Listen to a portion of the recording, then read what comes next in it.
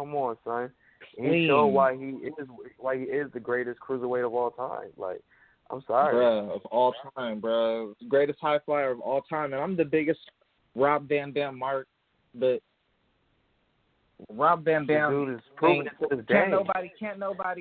Can't nobody touch Ray when it comes to the high flying. You know, you got Ospreay, you got Ricochet, like you could say those are his successors, you know, but like Rey Mysterio in his prime, bro, man, those matches with Psychosis and Eddie Guerrero and you can go on and on. Psychosis and what's the dude's name? I'm forgetting La Parka and so many Chris people, Jericho. man, like Dean Malenko and like come on.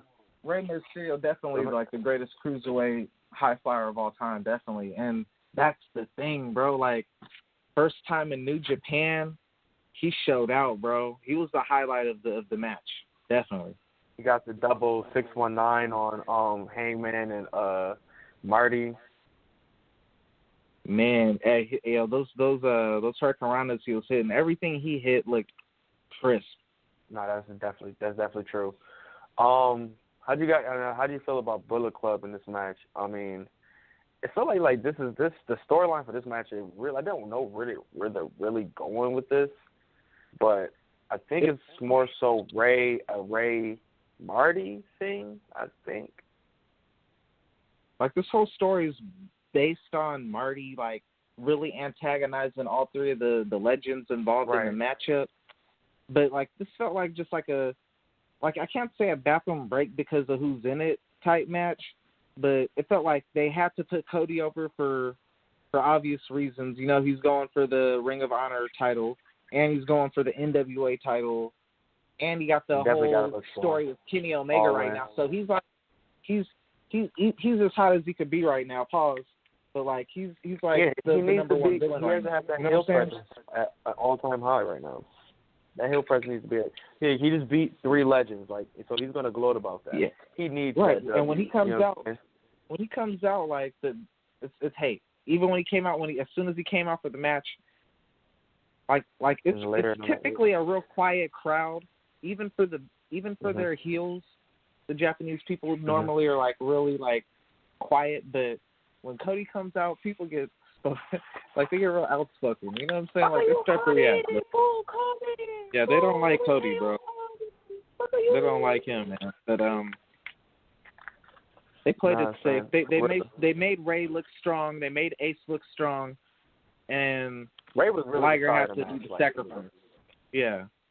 No, Liger got his hits in. You know what I'm saying? He did what he had to do. He got his stuff in. Like everybody had a little bit, but like he didn't do as much. Like, you know, someone got to lose. So like he was the one who like took the fall for his team. Really had an easy check. They really got an easy check tonight. They really didn't do shit in that match, for real. I was about to say, Marty really didn't do much of nothing tonight. Neither did Hangman Page for me. You know what I'm saying? They definitely got an easy check. You know, Tanahashi and Page had a few good exchanges. Marty really didn't do nothing. Like, he didn't stand out like he normally does. I ain't gonna lie. I do want to see that match. Yeah. I think that would be something really dope. Like, I think that's something they did people have are some good sleeping chemistry right there, definitely. And he said, "Nah, I want hot Tanahashi." I'm like, "Wait, whoa, hold on." I think like, "Wait, you calling out eight?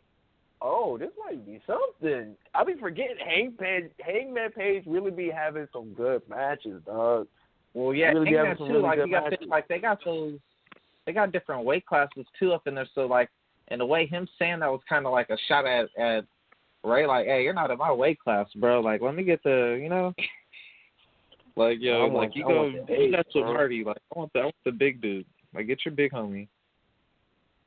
Nah, facts. But yeah, that was a solid match. Nothing crazy. Yeah, like I said, you got everybody need to do what they have to do. And they got there was not a bad match on the card at all. Nah, the whole match is watchable, bro. It's like a classic album. Like, you really can't. You could listen to everything. Like, if you wanted there to be a track or two you could skip. Like, you got your hit singles, and then you got your album cuts. Right. That's pretty much it. Some album cuts you're going to like more than others. But let's go. You know what I on didn't to see title coming? matches, man. Man, Hiromu Takahashi versus Will Ospreay. Yo, before we get into this match, now, bro, you remember that one post I had back in WFF, bro, when I just had that one little measly picture of Hiromu Takahashi, and I said, yo, this nigga's going to be a star. Son,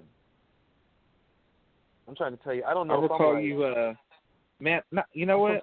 I recall anything New Japan. Anything, Son. you was like the first advocate for New Japan, bro. Like, when I got in that group, no, I'd say, like, there was you, was it in WFF or was it in Cages and Turnbuckles? Oh, no, I had a lot of shit in Cages, you know what I'm saying? Lionel was fucking with the shit, too. Like, there was only, like, a handful of us who, like, were into New Japan, but, like I was just getting into it, but I could tell, like, you was already into it. You know what I'm saying? Like, you was, like, my, like, yeah, like, so you was already into it. Already, yeah. But I say that to say, that was, like, exactly 2016. I just know you posted I'll say that. All the New Japan shit. But I'll just say that to say, that was about 2016. You know what I'm saying? That's just around the time we was all in, you know what I'm saying, WFF, right? Right. Yeah, so to see what this dude has done within those 2 years since coming back to New Japan from his excursion to ROH, and I forgot where, I think with the CMLL also. Dude, this dude is like money, yo. Like from the shit he's done with this dude made a fucking stuffed animal. Oh, he got that shit over, dog. Like, I want him to bring that stuffed animal back, bro. We need Daryl back, son, bro. I haven't seen nothing like that since Al Snow with Head. Facts, bro. That's different. Hey, different that era, right there so, is why I always felt he was a star.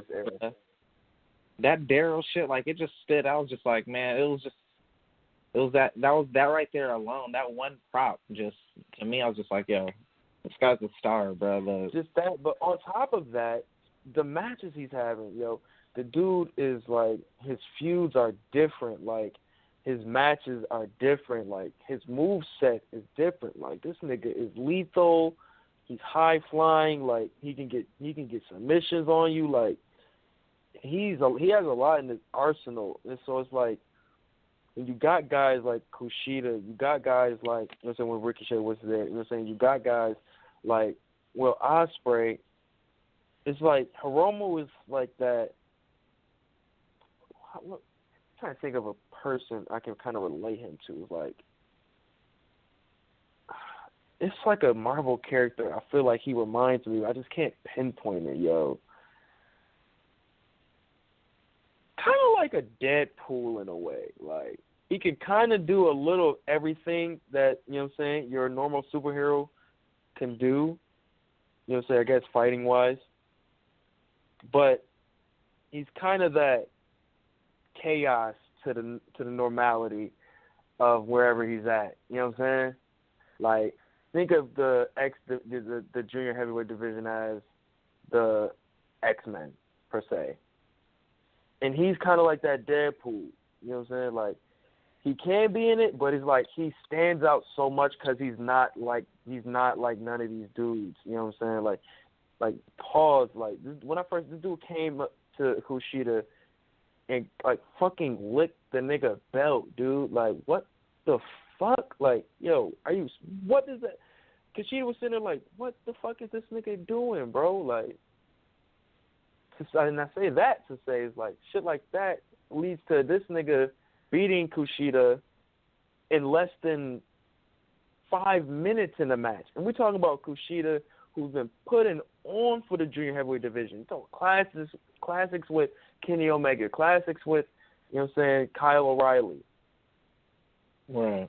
This dude Hiromu came in out of nowhere, dude, and just set fire to the junior heavyweight division. Like, I get, yo, man, Will Ospreay's that nigga, bro. I'm telling you, but this nigga Hiromu is different, dude. With the Super Junior tournament, he really put on just a series of. It kind of reminded. It was like the junior Kenny Omega in a sense last year during the G1, you know, where he just put on classic after classic, you know? Like, and some people could argue, man, if it wasn't for the time Kenny Omega and Okada had to work with, people could really make the argument that Bone Soldier and Takahashi, man, like, man, it's up there. It's like the fact that it's still in the same breath. It's in the same breath. Like, it's that good that you could actually, all right, like say you're having Match of the Year candidate award. It isn't just a foregone conclusion. Like, you could actually, like, really have to sit down and break it down because that was a great match, bro. Like, that's not for real. And that match was only, amazing, what, bro. A week ago? It was amazing. A week and some change ago? Yeah. Dude, that match was a week ago. That's like having a match on Raw like that and then coming back next week to have another crazy match like yo, dude. Bruh, it was like, as wrestling and as comic book movie fans and whatever, it's like we've been spoiled this year. Like, it was like watching the Avengers one week and then Deadpool come out the next week. Like, yo, imagine this shit like we had really had to watch Infinity War and then see Deadpool the next week. Yeah. Remember, that was actually supposed to happen, yo. That was supposed to actually happen. Boys was really on that wave. I was like, ooh, okay, Fox. Y'all confident. But we see who moved up. One thing I will say kind of threw me off was, like, I'm kind of surprised that Takahashi did beat Will Ospreay because not that long ago, and New Japan doesn't do this that often where, like, they'll switch up. You know what I'm saying? Like, they usually stick to their guns, but Will Ospreay was just talking, like, cutting a promo, taking on Rey Mysterio for the title, you know, and about how he's going to make the junior title great again and shit like that. So for him to just cut that promo and then his next title defense, we lose the title, kind of like, you know, offsetting, but actually he did have, like, one title match after that against Marty Scurll, but I just figured, like, he would have did more with the title after cutting the business to make the title great again. But as far as the actual match itself, man, crazy match out the gate, crazy exchange. Will Ospreay hit, like, a flip off the entrance ramp. Oh, my God. Hiromu was doing his missile drop kicks, bro. It's like Finn Balor's little charging drop kick in the corner. Times two. I was going to say that, because there's so much more speed behind it. Finn be kicking. He's not doing it in the ring. Finn be kicking him, but he just don't got the same amount of weight. Like, you can just feel it. Like, he's dude. Hiromu really got way more wind behind him when he's doing that kick, bro. That's what I'm saying. Way more wind with some kicks, bro. Like, he's getting like a couple more feet, a little bit more speed. There was some crazy. There was a part of the match. It was 2 reverse hurricanranas back to back by Ospreay. Bro, which I thought that was crazy spot right there, man. The quickness between these guys in this match, like, they showed it off so well. Like, this is why it shows me, like, they really have the, like, I'm sorry. I know 205 Live is stepping up, but shit like this just shows me these dudes over here still with the money like, the junior heavyweight division. Levels. It's definitely levels because they still, like, this year junior you know what? Their best of super juniors was just amazing. I can't even say levels, and it's kind of hard to even make the comparison. Now when I really think about it, it just hit me right now talking about it, but it's really even hard to make a comparison between AJ and or anybody for that matter, because when you see Y2J, when you see Rey Mysterio, you see when they get the same rules to play by. You know what I'm saying? The same format that they can go in there and have great matches. You know what I'm saying? But we already knew that they can do that, though. Man. Yeah, but I'm just talking about the if anything, the cruiserweight. If anything, it just shows that you don't have to be in WWE to be a superstar. Like, these people are just as qualified as the WWE superstars. They're the same exact level. But my thing is, I think Hiromu could be a star in WWE. Definitely. Yo, this dude on 205 Live, oh my God. Yeah, definitely. But back to the match though. Like you said, the front flip from Ospreay, amazing. The speed on that, the height, the quickness was crazy. And the landing was crisp, dude. Like, yo, crazy. Like you said, and then the missile drop kick that Hiromu did, those things is just like he did the first one on was that Desperado, I think. Did the what? The first time he did it in the crowd. When he got some speed behind it and he like kicked the shit out of Desperado. Desperado. I think that was the first time. Oh, anyways, that was I think that was the first time he did it in the crowd. Then he did it with He did it with Bone Soldier. He did it with Bone Soldier and the nigga got kicked down the stairs and shit.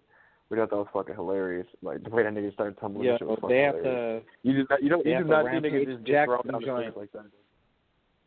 They have to Rampage Jackson time in the match, but they did it twice. And that second time, he spiked him on his head. That was one of the nastiest spots in the whole Dominion card right there. Like that in the slap off.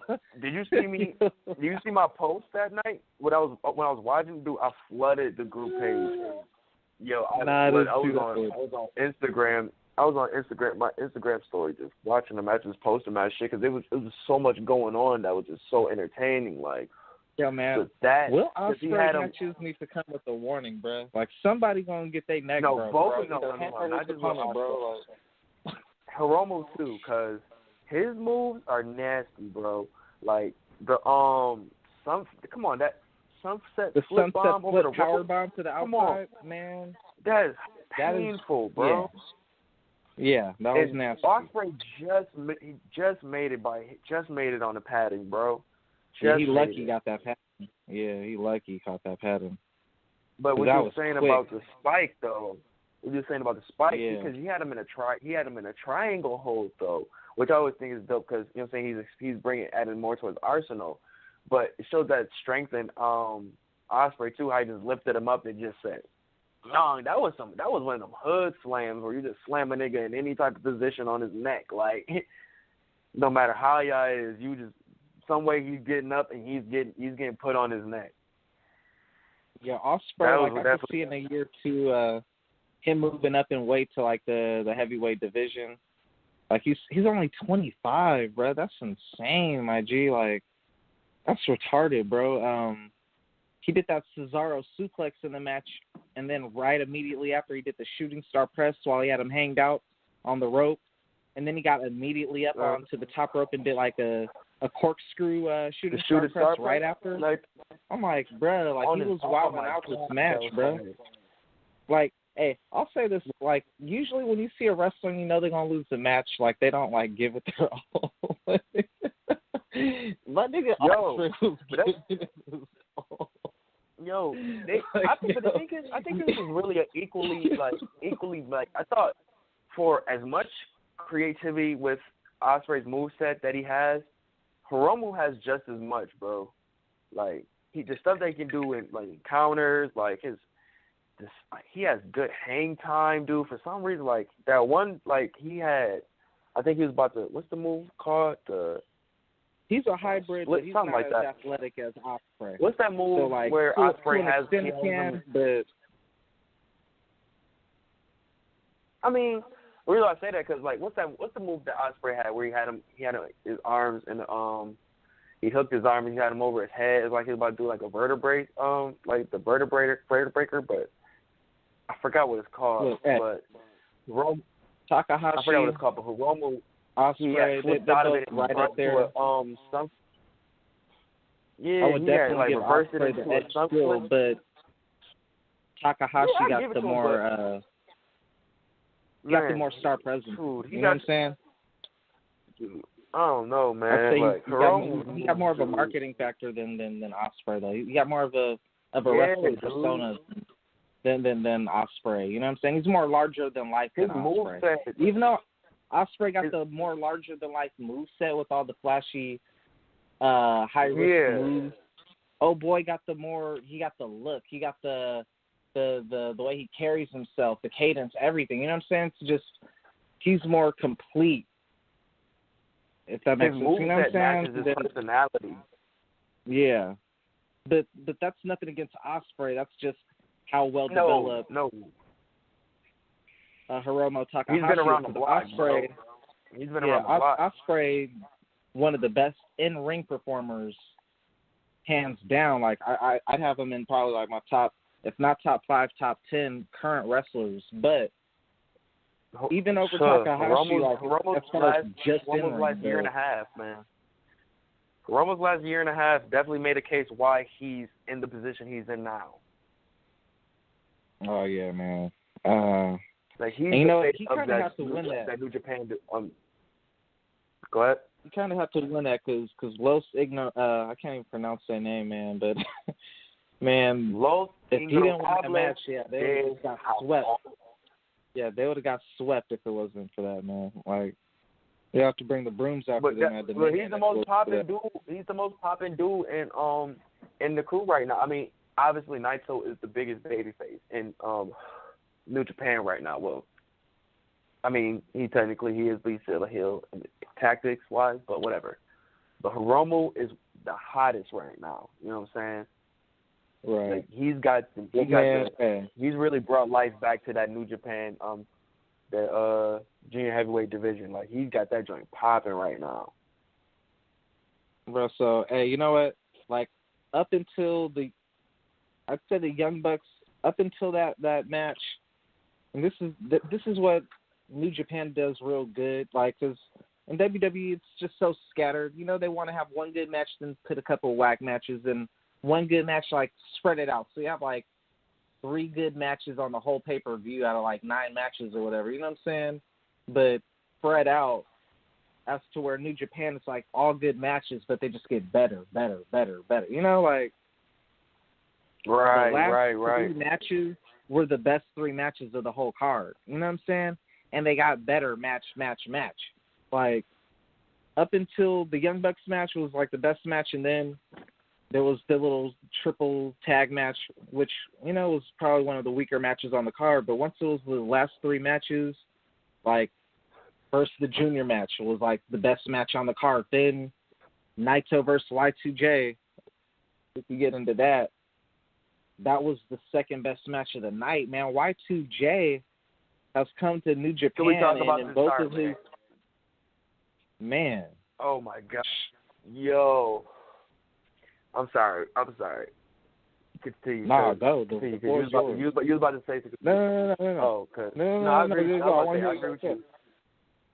Son, the beginning of that match, Y2J like threw me off because I didn't see the movie Clockwork Orange. I guess that's where he was referencing it from, his gear from. Yeah. Okay, somebody got probably put me on to what's going on with that after, but other than that, man, like just his whole new persona is, like you said, it's just darker. It's just more brash. He's really on some like fuck you rock star type shit, like. But the way he just started fucking up Naito in that good old white suit, man, yo, Naito was looking fly, dog. Like that mask was fire, yo. That mask was fire. Like if I can wear that mask, like just to wear it, bro, I'll wear it. I don't care. That joint's cold, bro. But anyways, like he just came out of nowhere and said, "Fuck this! I'm about to whoop this nigga's ass, bro." Like Y2J whooped his ass for like a good probably 15 minutes, maybe 10, 15 minutes of straight brutalization. I took a note, and it was at the very least 10 minutes, bro. I just put 10 plus minutes, Jesus. like just a total dominance, bro. The smallest break he probably had is when he took the camera, I think.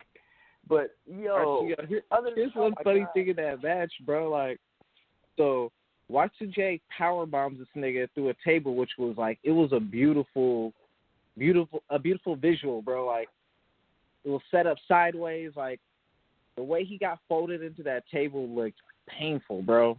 Then he takes him and then goes and tries to put him through a second. Too. Hey, he tries to put him through a second table with the DDT, and the table doesn't break. Oh my hey, God! later on in the match, Naito tries to put him through that table, and it still doesn't break. He tries to power driver Y2J through that same table, and the table still doesn't break. I'm like, damn, that table will not break, bro. Like, they're trying to kill each other on that table. That table was not breaking, bro. And that table was not selling. For real. Table said, I'm for real, Minoru Suzuki style. But for real though, son. But yo, like I said, we got that in the beginning of the match, and then we finally get them in the ring, and it's like Y2J is just controlling the match. But it's like Naito is still Naito. Like, I guess he feeds off the negativity. So as soon as he spat in his face, like, that was his kip up, like, which is weird. Like the first thing, you spitting in somebody's face gives you life. Like, what? Is that actually his gimmick? Like, spitting on people? Is that like a charge up for him? Because like, I guess I see him spit on people all the time. This nigga twice. No, so hey, that's the funny thing, bro. Like, because he kind of like kicked back on that for a minute. You know what I'm saying? Because he kind of been on that babyface type thing. But like Chris Jericho got under his skin. You could tell because like he was starting to act mad heelish in this match. Like, and they was pointing it out on commentary. Like, yo, he's like getting under his skin. Like, he's not acting tranquilo right now. Like, this nigga's starting to go crazy right now. You know, like. Exactly. He had the backbreaker on the apron, and then he like broke. He took the table that Chris Jericho put him through. He took a big piece of it and broke it on Chris Jericho, bro. Like, that shit was funny. Smacked the shit out of him with that joint, bro. A broken table. Get again on this fool, you know, like. And when do we see Naito like this though? Like, that's what made this match even great. Like, Y2J took this man Naito way out of character. He had to, bro, because Chris made it a fight, bro. Yo, you've been balling on Naito, bro. Smacked this nigga with the ring bell, had this nigga leaking. Like, he was fucking Naito up. Like, yo, I never seen somebody fuck Naito up this much, ever. Like, never seen this man get fucked up like this. And one thing I will say, Naito slapped the dog shit out of Chris Jericho like a good 2 different times in the match. You know, really 3 times. Like, one time he was slapping the hell out of his chest and shit when he had him perched up on the top rope. But then there was 2 times where he just straight up just bitch slapped. He slapped the fuck out of this dude, dog. Like, straight fire, bro. Like, just how for as hard as the exchange was for Suzuki and Ishii, like, even though they were slapping the hell out of each other, like, back and forth a gang of times, they didn't slap each other as hard as Naito slapped Y2J, bro. Like, he slapped him whatever 2 times. Y2J drank it in, man, Naito slapped that shit out, man. Bruh, like, for real. He slapped it. The crazy thing, though, was that as crazy hard as he slapped Y2J those 2 times, and I kind of see why, Y2J had him leaking from his ear and his eye, bruh. Like, Y2J had that dude leaking. Yeah. And I like I like that they played to it. Like, the commentary on, like, Don Callis and Kevin Kelly are very underrated. Like, son, these dudes know how to sell a great match. Like, Kevin Kelly, like, dude's so experienced, dude. Like, I'm sorry, like, I don't know, maybe I just really fuck with him from the back. No, he definitely. I've been watching it for so long, you know what I'm saying? But like they caught that eye bleeding part so well, you know what I'm saying? Played it into the story like perfectly. So, because I ain't catch it at first, and I seen it, I was like, oh shit, because I thought he was bleeding like from actually bleeding from somewhere else. I didn't see the eye, you know what I'm saying? Then I noticed it, I was like, oh shit, you know what I'm saying? Like, Y2J was started fucking this nigga up on that shit. He started, you know what I'm saying, going for that eye, like what the fuck, like Martin on the one episode where he kept trying to go for cold eye. Bro, hey, Naito was spazzing out this match though, bro, with the disrespect, man. He spit like 2 huge loogies on Y2J. The second one I caught though was like the most disgusting shit. It was like, it was a huge ass loogie, bro. I was like, if a motherfucker spit on me like that, bro, like, I'd have lost character, bro. Like, it would have been on right then and there, bro. Like, it wasn't just like and not even like you can do a little spin and it's about to be on popping, bro. Like, nah, this was a full-fledged, like, huge-ass loogie, bro. Like, the shit That's was why so I say, like, disgusting, Y2J, for us to say, yeah, Naito's never faced a guy like Y2J, Y2J's never faced a guy like Naito. Like, Naito is fast. Right. Like, he's disrespectful. He'll get under your skin just as much as you'll get under his skin. And he'll get just as, you know what I'm saying, he'll get just as dirty as you know what I'm saying, Paul. Like you say, just as we've seen everything that, you know what I'm saying, Y2J did to Naito in the beginning, like, Naito said, fuck that. We can get this work, too, out on the outside, too. Got that power on the joint, on the table clean. He ain't missed like he missed with Kenny Omega. He got that joint point blank. You know what I'm saying? Like, it was, like, this match was great, dude. Like Y2J knows how to bring, he brings such a different energy to these New Japan matches, like, and it's not like a WWE style match or a New Japan style match. Like, this is a Chris Jericho match. Like, this is, I don't know. It kind of reminds me of like the ECW, bro. It kind of like an old school ECW match, bro. It's like a fight, bro. Like yeah, but it's goes, like, it's one-sided majority of the time, though. You know what I'm saying? Like, that's why I say that. Like, it's more so one-sided because he, like, Y2J definitely was like the aggressor, like a good 60-70% of this match to me. You know what I'm saying? Definitely. Naito had like moments. Naito had good moments, but Y2J was like definitely the star of this match, dude. Right.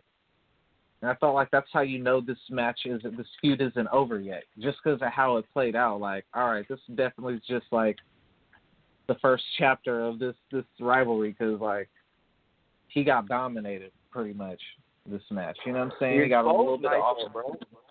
But yeah, he Naito. Think about it. He got under. You remember? Think about it. You know, he's bringing back the old Naito. You talking all that? Keep him placed. Start to get soft.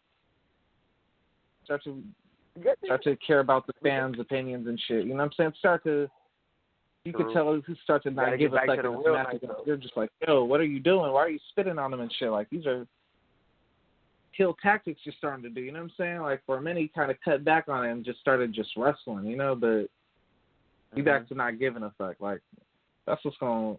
You know, hey, one thing before we even get to the main event, with Chris Jericho, man, like, in both of these matches, like, you could argue the last year at Wrestle Kingdom, some people have that as the best match of the card. You know, him and Omega. I felt that the Fatal 4-Way was the best match of the night, followed by Okada versus Naito. I felt even that match was better than Y2J and Omega. I felt that was like the third best match of the night.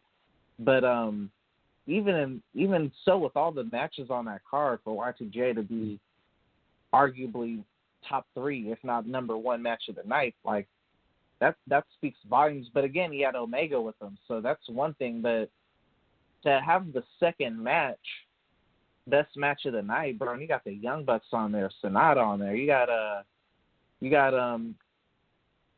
Will Ospreay and Takahashi and all these matchups on a stacked card like this, and to still be the second best match of the night, Chris Jericho. But in both cases with Omega and Naito, he had merchandise ready, bro. Like, that's how professional Chris Jericho is. Like, I'm not saying kilos. I'm fucking crazy. Yo, exactly. I need exactly that what shirt, I'm going with. I'm like, bro, like, your marketing is so on point, bro. Like, the nigga kept. You got the your nigga shirts made ready for your program, bro.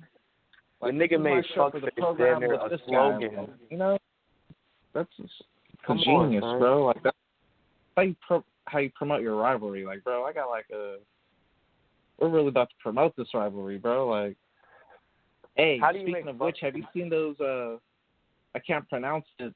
Have you seen Naito's group's shoes that they got for Pro Wrestling Tees? Those checks look clean, bro. They look clean as fuck. They got the symbol on there. I want low-key, I want the dress shirt. I want the Los Ingobernables dress shirt. That shit look fire. But my last statement about this match, so I think, like I said, man, Chris Jericho, he just made this match a whole different like world for Naito, and I think that just says a lot to, like I said, the creativity and just the, you know what I'm saying, the will to want to just kind of always want to do better. You know what I'm saying? At this stage in Y2J's career, like, it's just amazing to see. Like, this dude is doing stuff that in the promotion that a lot of people don't see. Like, we see Kenny take it to that level a little bit, but Y2J takes it to a whole nother. You know what I'm saying? Like, he's like on some like 70s hill type shit. You know what I'm saying? Like, it's crazy. Well, man, hey, I'll say this.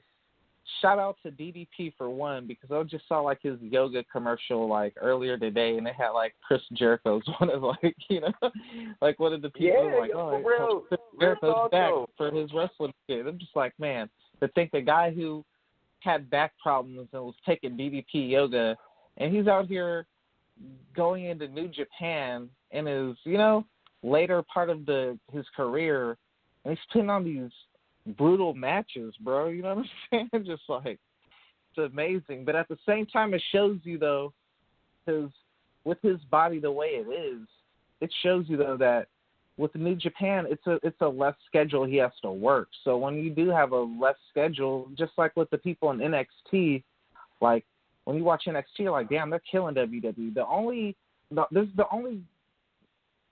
benefit of the doubt I give WWE wrestlers, because, man, like when I look at their roster, I'm like, man, this is like probably the best roster in ring they got. It's just they don't have the freedom that the earlier wrestlers had, Shawn Michaels era had, where they're like, fuck it, this is what we doing. Like, they didn't have creative control over their character as much in WWE right now, and it's PG also. But I can't say that though, bro. Publicly traded, they're getting more freedom though, bro. Like, you know, you got certain people like New Day who get certain leverage. You get certain leverage, but you don't get like. Look at Tommaso Ciampa and Johnny Gargano. Look at their feud. This is like some NXT, bro. Like, that's Tommaso NXT. is on some Y2J type stuff. All right, I give you that. Joe. Look how the type of shit Joe was doing against Brock. You know what I'm saying? Pulling up on him anywhere. You know what I'm saying? Just choking him out in the middle of his match, like stuff like that. He just kind of taking. I think that's like they were letting them do like be their character. You know what I'm saying? Like, right, I think the problem with WWE. The problem with WWE, and Triple H said it perfectly on Dave Meltzer's podcast, is like they try to put and Triple H, and this is where I'm like, man, once Triple H takes over the company, hopefully he does, like everything will be better if they implement this. Not every title needs to be on every single card, you know, like not every single pay-per-view, every champion needs to be on the pay-per-view, kind of like a UFC fight. You don't see John Jones on every single UFC card. You know what I'm saying? Like, you don't need to have the Intercontinental title and the World title. You know, you got two world titles. The WWE title doesn't need so you don't need to have like as much. 2 world title matches on every card. You know, if you want the Intercontinental title to mean more, have it be the headline of a certain pay-per-view. Have the world title be the headline. You know what I'm saying? Just like how in New Japan right now, you see how they have the Super Junior. Like, it showcased and made the Super Juniors the highlight. Then they have the tag tournament where the tag's going to be the highlight. With the Cruiserweight tournament. So the Cruiserweight tournament, that title looked amazing until they had their slump. So it's just like, when you try to put everybody on every single card like that, you limit yourself to 10, 15-minute matches. 15-minute matches, there's no way you're going to have a better match than people who are going to have 25, 30 minutes to work with. And that's where I think that's the difference, the time limits. That's where I think the main difference. But let's not segue. Let's stay on track. And we can get into that when we get some time. Main event, man. But hold on. We had Chris Jericho winning the IC title, which was a big surprise. Very big surprise. Naito about to go to the Destino, and Chris Jericho ended up pushing the ref, got a low blow, and got the code breaker for the win. I'm sorry. I think Y2J just solidified himself as the greatest IC champion of all time. You know what? I have to definitely agree with you. Like, here's the thing, too, man. Like, we get caught up we get caught up in the hype sometimes, like, not to take nothing away from Miz. Like, what Miz is doing right now, like, the past 2-3 years, phenomenal. But, like,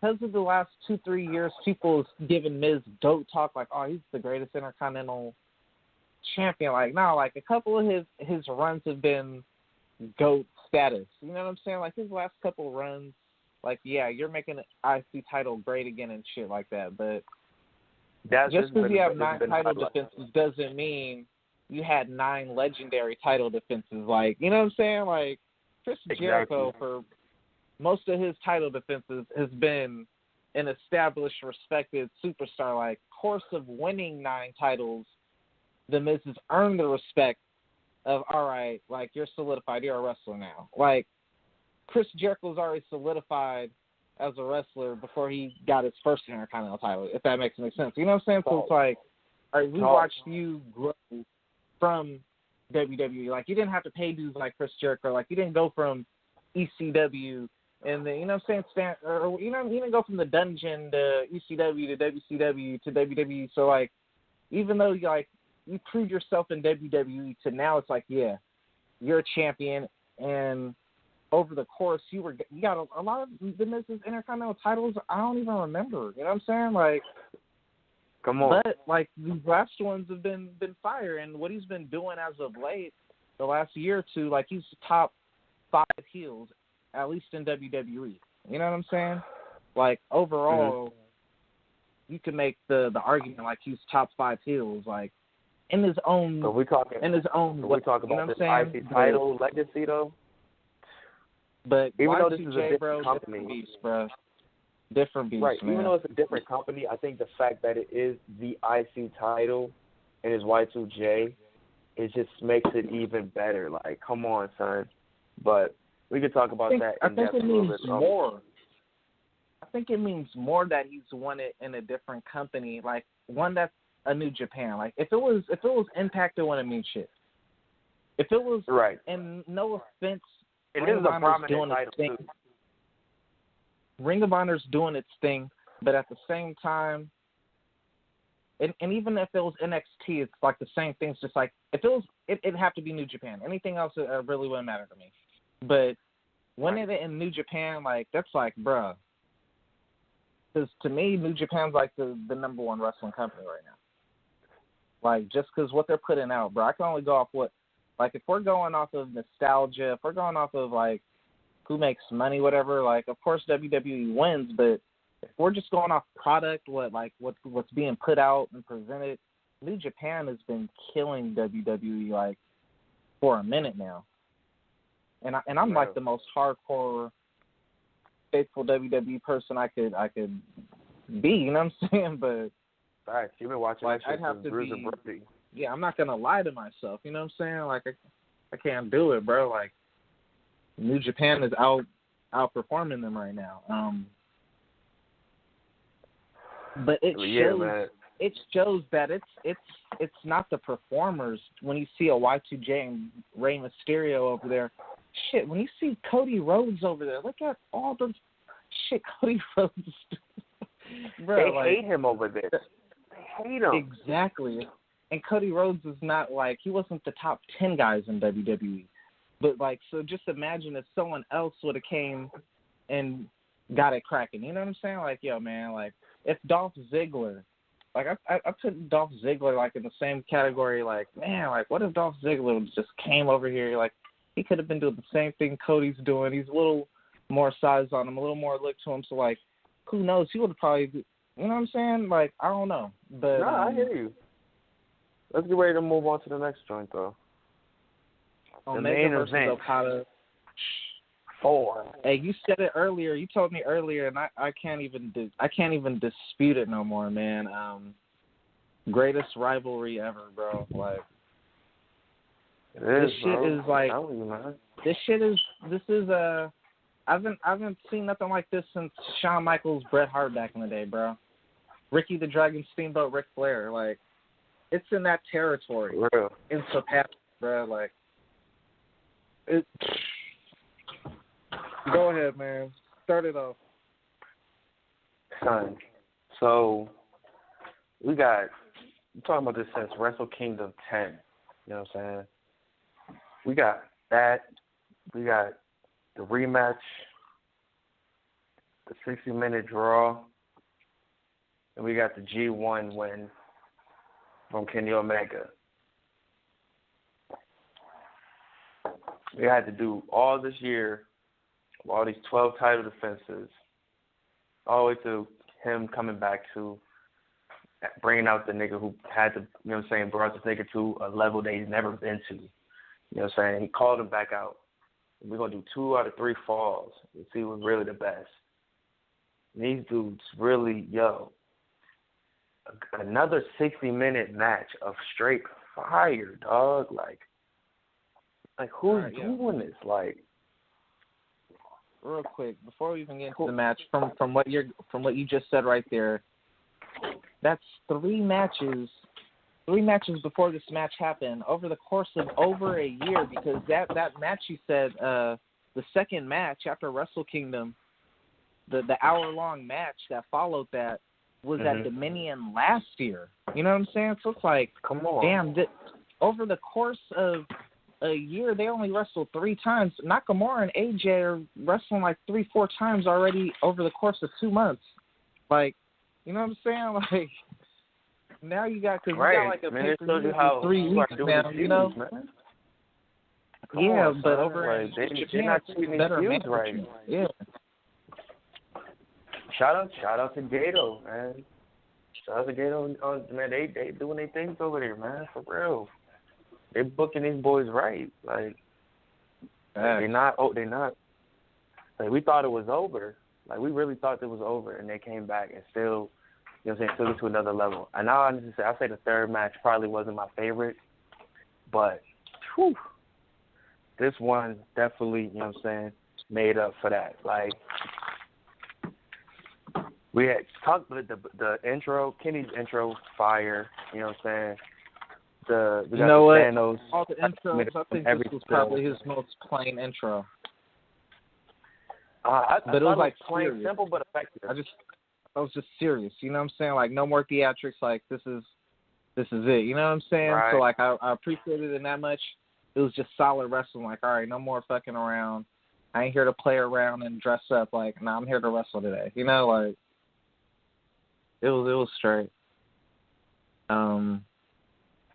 Definitely. Man, this match. We get a match, man. Like, it was a great fight. You know what I'm saying? Really great bout. First fall went to Okada.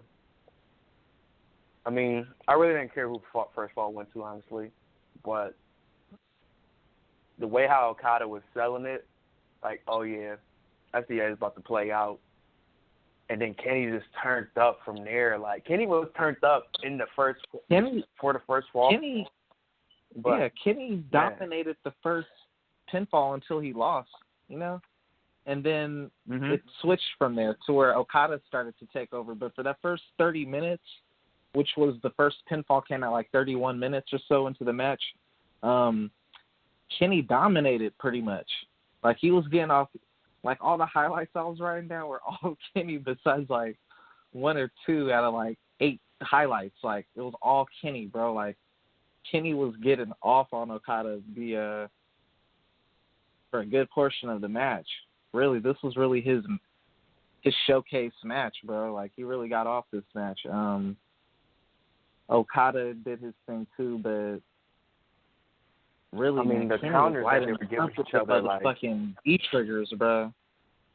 My favorite V trigger, when he was about to do the running splash and he hit that nigga with the V trigger as soon as he came over the rail. Oh, when he jumped over the guardrail? Yeah, that was that was fire. Nasty. That was fire. That's probably one of the most vicious ones between that one and the Hangman Page one. Okada one of the nastiest chops in that match. That was probably the hardest chop of the night, bro. He gave that dude a chop that made that motherfucker spin around and drop to his knees, bro. Like, that chop was so nasty, bro. I'm like, man, I don't know how he can't even light niggas up on some Chris Benoit type shit. Yeah. Man, he kicked the shit out of Okada's back, too. One thing I fuck around with Kenny Omega, man, He did that Sabu springboard splash to the audience. I fuck with that heavy.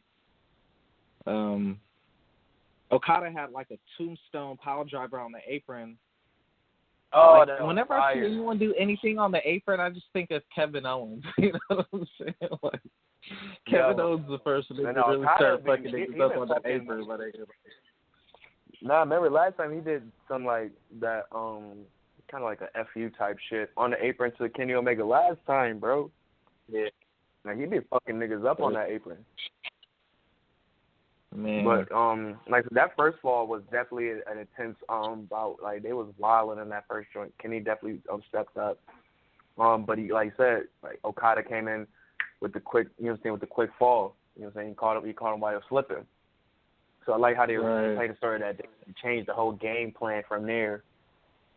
And like you said, Okada, you know what I'm saying, kind of was, you know what I'm saying, taking over from that point on. Now, what kind of threw me off about this match, I really couldn't tell who was going to win. Okada's been such a he's come through so many times to where it's just like, man, you can't count him out. You know what I'm saying? Like, to the point I didn't think Omega was going to win, even though like I felt now's the time. But especially like watching the match, there's certain shit like I watch for that kind of like indicates to me in my head what's going to happen ahead of time. You know, that I'm looking for. Like, when I saw how he got the first win, I'm like, all right, he won, but he didn't win with the Rainmaker. So I'm like, all right, he still ain't got the Rainmaker off. So like, if he hasn't won with the Rainmaker yet, he's gonna get that at some point in the match, and that's gonna be a wrap. You know, so I was thinking Okada's gonna pull it off because there was no Rainmaker. You know, and then when Kenny finally did get the second fall, he got it with the one-winged angel. So I was just like, damn, man, like, if he's getting his first pinfall with the one-winged angel and Okada ain't hit the Rainmaker yet, I just figured, like, all right, third fall, Okada's, you know, I just thought it was a wrap after that. Like, all right, Okada's about to. I don't know, man, because the way how they sold it, you know what I'm saying? Man. The way how Okada was selling it, like, yo, that one fucked me up, like, and, excuse me. Not the burp, but yes, he was like fucked up, and it was like Kenny was like, oh yeah, I got this nigga now. Like, this nigga was still in like pre-fatality mode, trying to fight and shit. You know what I'm saying? And as soon as he did that, as soon as he started, then he hit him. I think he hit him with a V trigger as soon as the bell rang. Like, I can't even recall. I don't know, because I was still thinking. I was thinking about that drop kick. I like because you know Okada known for that drop kick that he got like the prettiest drop kick in the business, but Omega threw like the best drop kick of the match. He threw a crazy drop kick in that match. Yo, it was nasty. Right damn near over his head, bro. Yeah, it was nasty drop kick, bro. He almost did like a backflip right in the face. Yeah. But man, he used his face as a project wall. Final V trigger. That final V trigger was the nastiest V trigger I've ever seen. Bruh, that was the nastiest V trigger I've ever seen, bruh. That was face off, bruh. Like, he took Okada's whole face off, bruh. Oh my God, dude. He almost fell off the ring. Nigga, that shit was, I was like, hey, I was thinking, I'm like, there's no way Omega could come to WWE and pull that move off on people, man. Like, someone's not gonna take it right and lose their face, bro. I don't know, man. They let the curb stomp come back. They let the curb stomp come back. Hey, I ain't gonna lie. The curb stomp was my favorite move, and it probably still is. But man, like that V trigger, it's hard pressed. Like if that's not, if the curb stomp's number one, then the V trigger's number two, or vice versa, bro. Like. That's nastier than the Kinshasa, bro. Like that V trigger on the rope. The V trigger, you can do it. You can do that joint from anywhere. He does that from anywhere, dude. Everywhere during the match, bro. They were all landed perfectly, but that last one. Yo, the one where he blocked it, and this nigga was like, what? And then it was like hit the nigga, still hit the nigga in the face with the V trigger. Oh yeah, yeah. This nigga. Kenny is destructive with them shit, bro. And then he blocked the third one, Oh my God. Yeah, man. So they said that last one was the one that took him out, and it was like that was kind of sad. Like once he hit the couple V triggers, it was like, all right, we going for that one wing angel. He hit him with the one joint where it was like he even like set up all the way. Yeah, it was like those losing balance. Yeah. That one just looked like it hurt so bad, like. Right, it was sloppy. It was like trying But to. then he got the final one. He got the final one in the middle of the ring for the 1, 2, 3, man. And now I ain't gonna lie, bro. I was excited. Man, hey, I was watching. I'm over on the West Coast, so like I was up late as fuck. I pulled an all-nighter to watch that shit, and I like fell asleep halfway through the event, and I woke up just in time for that match. And it was like 4:30 in the morning when it finally ended, and I was like yelling and shit. But then I was like, damn, man, like, I'm like, it's too early for this shit, bro. But Omega, man, hey, now it's like solidified. He's the best in the world, man. Like, it's gonna be hard to like really. It's gonna be hard for WWE to even fucking compete with that, bro. Like, I don't know what they're gonna do about it. Hey, now you know, that they're about to bring this to America. They're teasing Cody right now, but like what I'm seeing is like it got to either be like preferably with me, like and you see Naito. Luckily, Naito's wrapped up with Chris Jericho, so take Naito out of the picture. Someone needs to get Okada. Hopefully Jay White. Hopefully Okada. That's why I'm thinking Jay White disposes of Juice Robinson. He ain't ready yet, and then Jay White takes on Okada for the U.S. title. That gives the U.S. title more prestige because with the U.S. title, you was talking about earlier how it became the middleweight. It only really became the middleweight once Jay White got it. You know what I'm saying? And it ain't even really his fault because before he got it, he was working with bigger people than after he got it. You know what I'm saying? It's more so who they've been putting him up against. So it's like kind of like the man make the title. When Omega had the title, shit, it was just as important as the world title. You know what I'm saying? Now that he don't got it, it's like the man makes the title. So if you give Okada that title, it's going to be the number 2 title again. It all depends on who got the titles at the time in New Japan, really, because the fans are smart. That'd be a good switch of, hey, I get your title, I get my title. All right, cool. I'm with that. Yeah, I fuck with that heavy, but I'm hoping that happens because I would like to see Kota Ibushi versus Kenny Omega. Like, that's like the last dream match for Kenny Omega in the Indies anyway. You know what I'm saying? Because, you know, they want to be the Golden Lovers. I don't know if they're going to do that, though, bro. I don't think they're going to do it with this Golden Elite thing, bro. You got if you've seen at the end, kind of with this foreshadowing, I mean, and the Kota seemed cool, like, not the jealous type or anything like that, but everybody else in that ring had gold but him, bro. You know what I'm saying? Like, and if you know the history, like, they started off like they're best friends, but they're also rivals, for one. 2, Kota Ibushi originally was like the standout star in the Golden Lovers, bro. You know what I'm saying? True. But his mind just wasn't there. You know what I'm saying? And over time, Kenny Omega just ascended to like the GOAT, bro. You know what I'm saying? But when Kota Ibushi's focused, bro, he's top 3, bro. Like, that's what's crazy. Like, him and Omega are really like Ken and Ryu of this wrestling shit, bro. Like, you can do all the same shit Omega and vice versa, my nigga. Like, they're really like the best 2 wrestlers in the world, my nigga. Yeah, like, they're really the best 2 wrestlers in the world. So it's like, even as the Golden Lovers, like, man, they could be the best tag team. Or they could be the number 1. You know what I'm saying? It's like the anime. It's like Naruto and Sasuke. I don't even watch that show, so I can't really, like, I just know that they both good guys, but they rivals. You know what I'm saying? Like, but I don't know, bro. That's a good. I can see that, man. But like I said, this Golden Elite thing with them linking up with the Bucks now, and like their whole like thing, kind of like the good side of Bullet Club. I don't know. But whatever, they're not. You can't because Coda's not Bullet Club. But I don't know, man. I don't know if I can see that. Maybe we could see. Now you know Coda what's maybe confusing. going Y2J. Now that you mentioned that Bullet Club, what I found kind of confusing, if you notice at the end when Omega wins the title, it has in parentheses Bullet Club. You know what I'm saying? Yeah. But when he comes out at the beginning of the match, he said, like, I have to basically give up Bullet Club and then have Bullet Club, like, shatter. You know what I'm saying? Like the Thanos stone and shit. Because they had the Kenny Omega Avenger logo at the beginning, and then, like, the Bullet Club shattered and shit, and then dope. he comes out. So dope. So, yeah, I'm like, so I'm like, yo, he just said at the beginning of his entrance, like, nigga, I gave up Bullet Club for this. You know what I'm saying? And then at the end, it's like, all right, Bullet Club. You know, but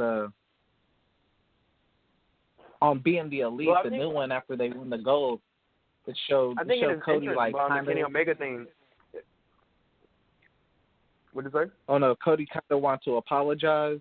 He had a letter or whatever, but then he, like, crumpled it up and threw it on the ground. But, like, they didn't really zoom in on the letter on the ground, so it doesn't really show if anyone's going to see the letter or not. But it's kind of teasing, like, they don't know whether they're all going to make up or what. You know what I'm saying? But, I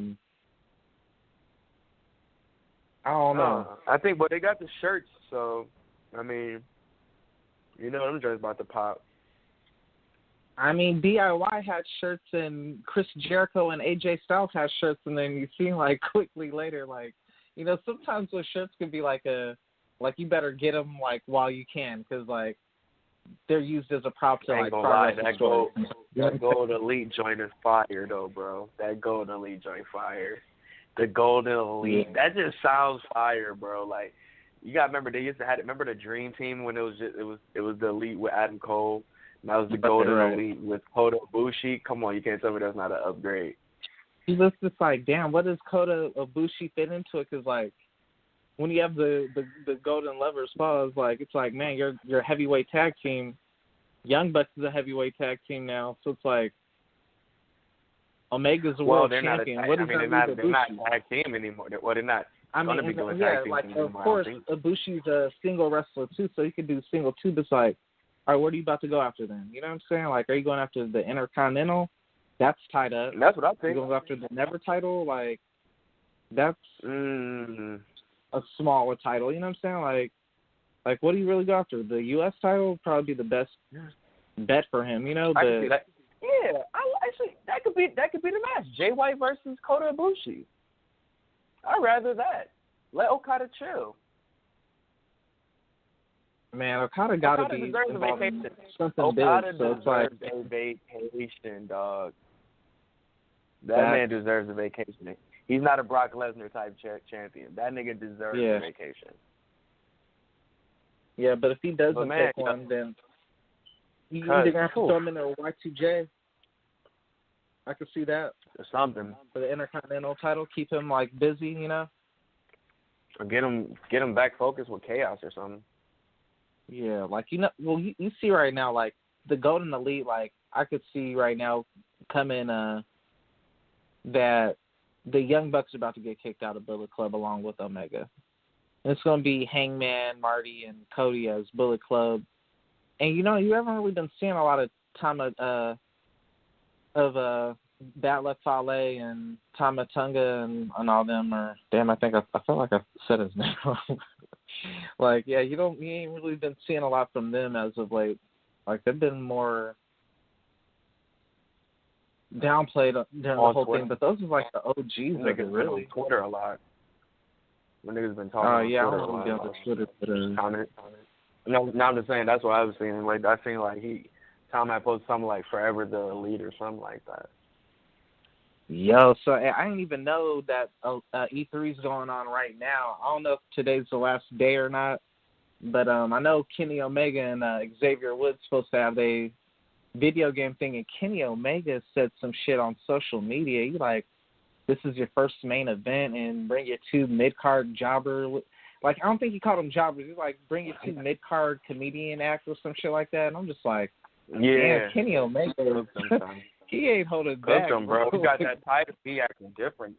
He acting different. Nigga talking his souls, bro. I'm like, yo, ain't that your boy, bro? Like, let him live, bro. Like, you talking to your boy Reckless, bro. Like, those is fighting words, sir. Like, chill.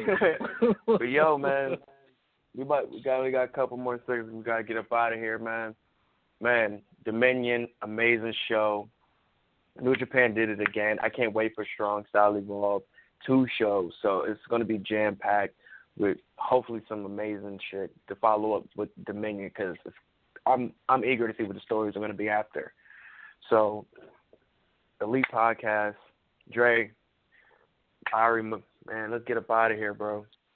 All right, man. Salute to y'all. Thanks for having me for this special edition of the Elite Podcast. I'm up out of here, man. Most definitely. Peace.